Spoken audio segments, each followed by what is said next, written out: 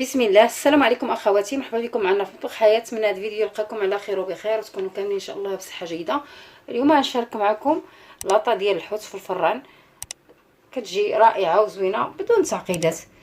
كما كتشوفوا هنا عندي الخضره، عملت الجزر من تحت وبطاطا باش الجزر كيدي الطياب، بطاطا، الحامض مصير، مطيشه اللي قطعناها خليناها بالقشره ديالها، الفلفله والحارات اللي بغى. وهنايا راني عملت وريقات ديال الرند، وريقات سيدنا موسى كيعطيو المذاق زوين لهاد اللاطه، وشويه ديال الحامض مصير.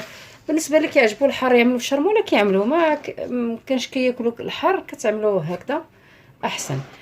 بالنسبه لهنا عندي هاد الحوت، هذا عندي ميلو زوين وحوت ابيض. بالنسبه للتوابل هنا عندي تحميره، الكمون، شويه ديال الخرقوم، القزبور يابس، وهنا شويه سكينجبير والزعتر. الزعتر ماشي زعتره، الزعتر كيعطي مذاق زوين للحوت. القزبور والمعدنوس مدقوقين بالملحه، والثومه حتى هي مدقوقه بالملحه على الطريقه المغربيه.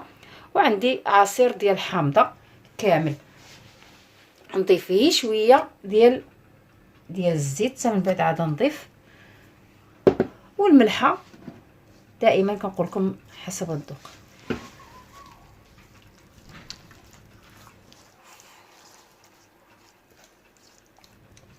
هانتوما الشرموله راه كتجي خاطره وزوينه. هنا الحوته راني عملت لها هاد الفتيحات هنا جوج جهات. الشرموله راه كتجي زوينه في الحوت.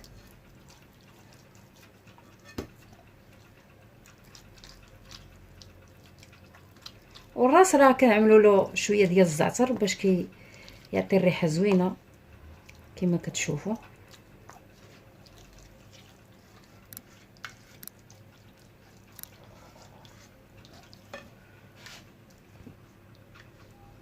نهزو شويه الشرموله ونعملوها من تحت الحوته باش تجي بنينه حتى هي.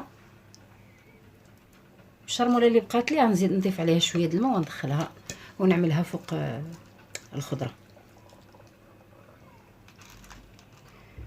هانتوما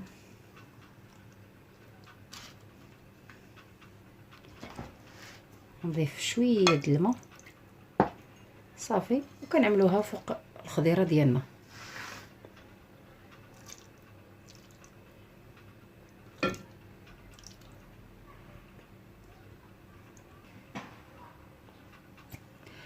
دابا غنضيف شويه ديال الزيت من الفوق باش كتجي محمره الخضيره وكل شيء.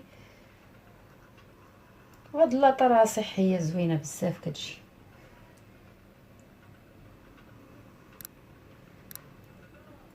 رمضان من غير رمضان وصفه يستحق انكم تجربوها.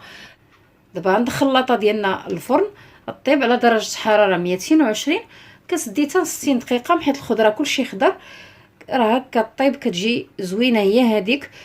وبالنسبه للماء راكم كتضيفوا شويه د الماء الا بغيتو، على حسب الا بغيتو تغمسوا، ما بغيتو كتجيكم ناشفه صافي كتكتفيو بدوك الكميه د الماء اللي شفتوا عملت مع الشرموله وصافي. دابا غندخلها طيب، ما نغطيها ما والو، نشعلها من الفوق ومن تحت كطيب كتجي رائعه. هاللاطه ديالنا من بعد ما خرجت من الفران راه دغيا كتوجد كما قلت لكم بدون تعقيدات، والحوت كيبقى فيه الماء ديالو. هانتوما كتشوفوا تبارك الله، هانتوما ما كينشفش، والخضيره كتجي طايبه. هانتوما الخضره كتجي طايبه زبده، ها شفتوا طايبه. وهاد الفلفله هانتوما كتشوفوا كلشي كيجي هو هذاك في الطياب. نتمنى هاد الفيديو ينال الاعجاب ديالكم وتجربوا هاد الوصفه، انها تستحق انكم تجربوها. جربوها في اي حوت عندكم، السردين، الشطون اللي متوفر عندكم، جربوا بهذه الطريقه يعجبكم ويعجبوا وليداتكم. والى عجبكم الفيديو ما تنساوش تشجعونا باللايكات ديالكم وتبارطاجيو مع الاصدقاء، والى فيديو قادم ان شاء الله.